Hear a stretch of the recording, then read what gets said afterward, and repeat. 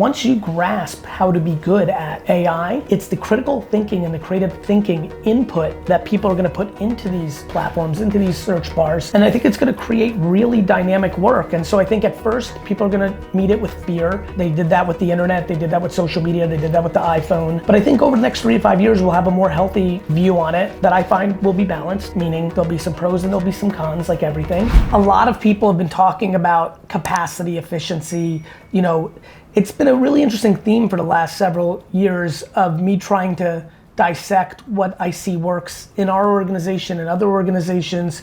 Are there any common themes? And I genuinely do believe that one of the things that hurts a lot of people is meetings run long and meetings have too many people in them.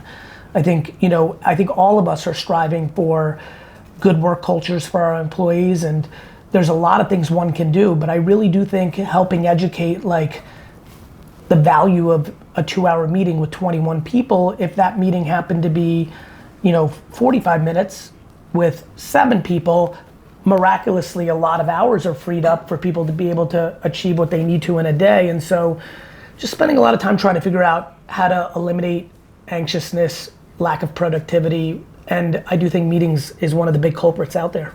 I mean, literally the meeting I had right before this was 15 minutes, but only took 7. I do think a good 15-minute meeting, especially when you have capable executives, you can get right into it. I mean, I'm thrilled for banter and jokes, and I love all that stuff too, quite a bit. I probably am a culprit of making meetings go too long with a little bit of like the side dish or bringing some of the emotion to it. But I really like to get to the heart of the matter. I think that's important, and I think a lot of times, even in the context of our industry, sometimes the best ideas for a campaign or a marketing execution sometimes happen within the first 30 minutes. I find a lot of fresh ideas or the first take or the intuition of the most capable creative people, I think they sometimes talk themselves out of stuff the longer they stay in stuff. And so, it runs the gamut. Garrett, I think one of the biggest elephants in the room in our industry is reach and frequency, is something I believe in heavily as well. It's just that I think our industry speaks about reach and frequency as if it's actually being consumed, as if the reach is actually being consumed. My brain, Vayner's point of view, is that there's potential reach and there's actualized reach. And I believe that the Super Bowl is disproportionately the strongest actualized reach advertising that we have in America. And so, look, it's a huge ticket.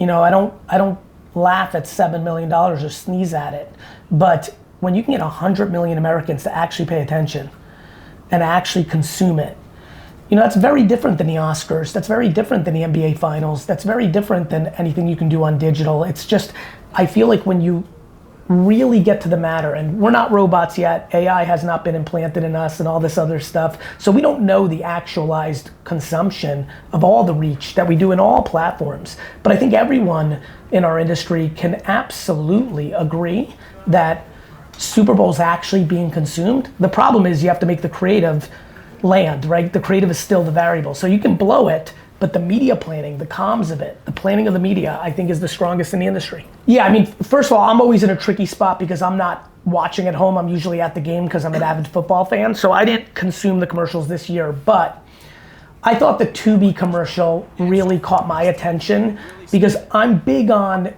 breaking patterns. I think it's, this world is noisy, this. You and your contemporaries do such a great job covering this industry, and you're taking in on a daily basis 1 trillion campaigns just on a daily basis. Think about how that plays out over the course of the year. So to break through to these 300 million Americans, or even more importantly, 8 billion people global, it's hard. So I thought what they did was very clever because they played the utility of the whole thing. They shocked everyone, they made them stop, and they made them pay attention.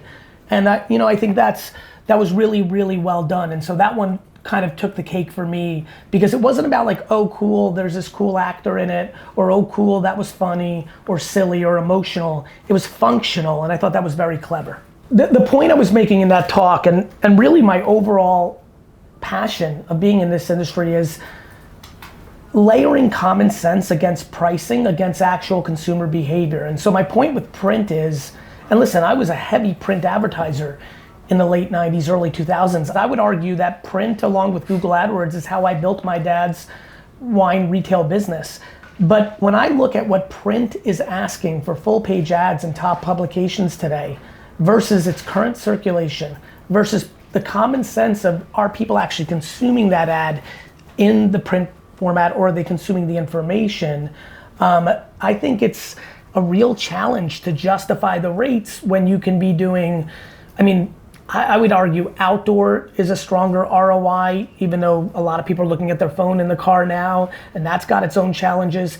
Look, I'm not just blindly digital. I think a lot of digital advertising is really bad and overpriced. I think a lot of pre-roll, I think a lot of banner ads, I think a lot of the programmatic digital ads are just there to spray and pray and disrupt, and I don't believe they're being consumed. But I'm not super fond of the costs associated with print ads as a whole. There's always places where you can find pockets of value.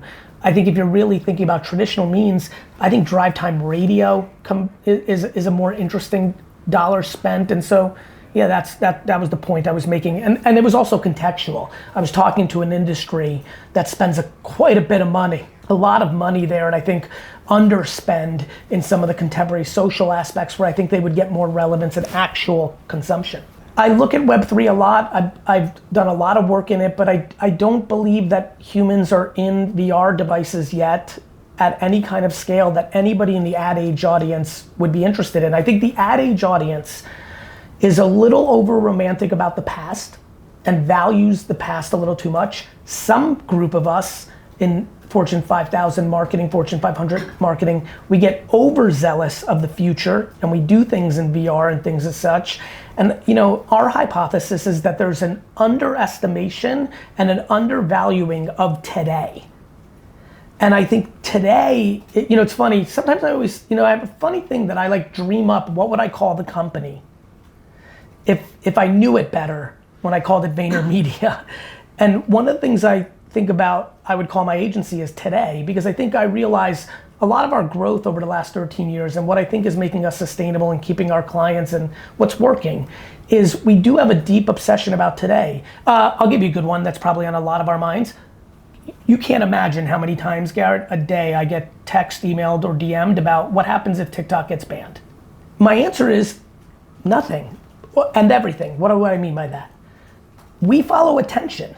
If TikTok is banned, that's above my pay grade. That's a US government decision.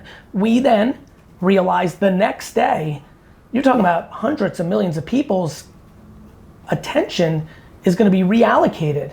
So what happens the next day? We triple down on Shorts, we triple down on Spotlight on Snap, we triple down on Instagram Reels, we quadruple down on Facebook Reels, which we're finding a lot of winning with right now. So, to me, we focus on today.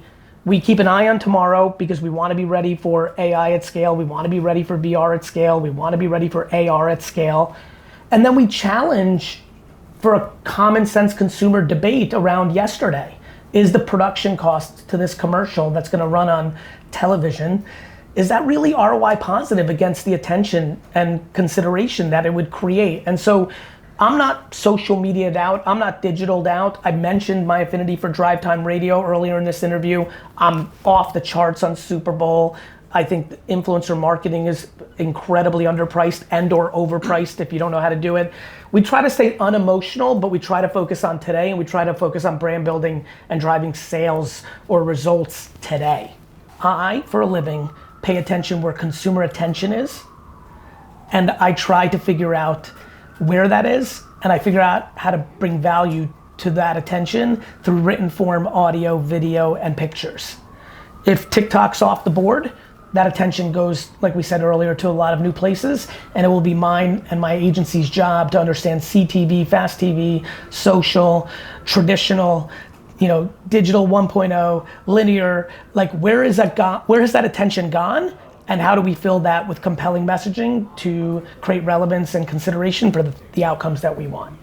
Right now I'm very focused on this thing we call PAC, platforms and culture.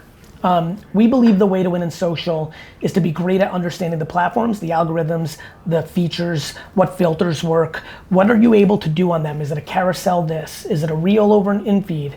And then the culture. What's happening in pop culture? Who are the most interesting musicians? What meals are emerging? What restaurants? What regions in America? Is fishing culture doing this? You know, what's the summer anthem gonna be? What's the, like, culture? If you do those two things extremely well, the output of the creative you do in social can be affected by that. If you do that well, the consumer insights, both quant and qual, that you can get out of that kind of work really can feed your above the line and brand building. You know, I think brands need to make the decisions for themselves. You know, we're, you know, as an agency, we're always in support of what brands make decisions and we follow that lead. Look, I don't think we can avoid angst or negativity, period. There's angst and negativity in traditional media, there's angst and negativity on websites, there's angst and negativity on literally every platform, from TikTok to Facebook to Instagram to Snapchat. You know, these platforms are empty and humans are filling them. And I think that there's just a lot of angst in general in society, and that's showing up on these platforms, just like when there was optimism and euphoria when these platforms showed up 15, 20 years ago. I think that's just the bell curve. I think humans are being exposed. I think that a lot of people have to work on gratitude and accountability and putting things into perspective, but I'm very empathetic to why there is so much angst. You know, I think as far as brands, if brands are being honest and not hypocrites, they will see angst and negativity on every single platform that they do marketing on, and you know, that's up to brands to make decisions on where they want to be and where they don't want to be. In Vayner right now, we're being cautious. I think one of the things that we recognize is we don't know the source of the information. So as you can imagine, Garrett, we're trying to be very thoughtful of like copyright and trademark. Those are things we need to be very careful of. So we're kind of quote unquote staying away from it right now, other than using it internally and trying to get a sense of it, make sure we're not behind the bell curve. You know, I think it's going to make the world more interesting. I think it's going to commoditize some things that is going to change the landscape, no different than the tractor did for farming. So, but I also think it's going to help the critical thinkers and the most creative in our industry.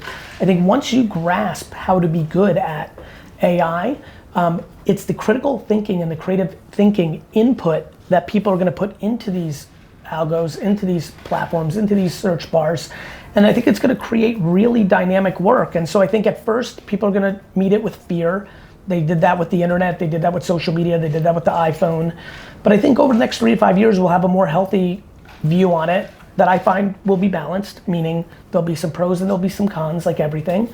But I think for our industry, I believe the most creative people in our industry are gonna flourish in an AI world, because she or he is gonna be able to input so many different creative takes into these AI infrastructures, and they're gonna get output that's gonna be meaningful, and they're gonna be able to build on that. And I'm actually pretty excited what it's gonna be for the creative class.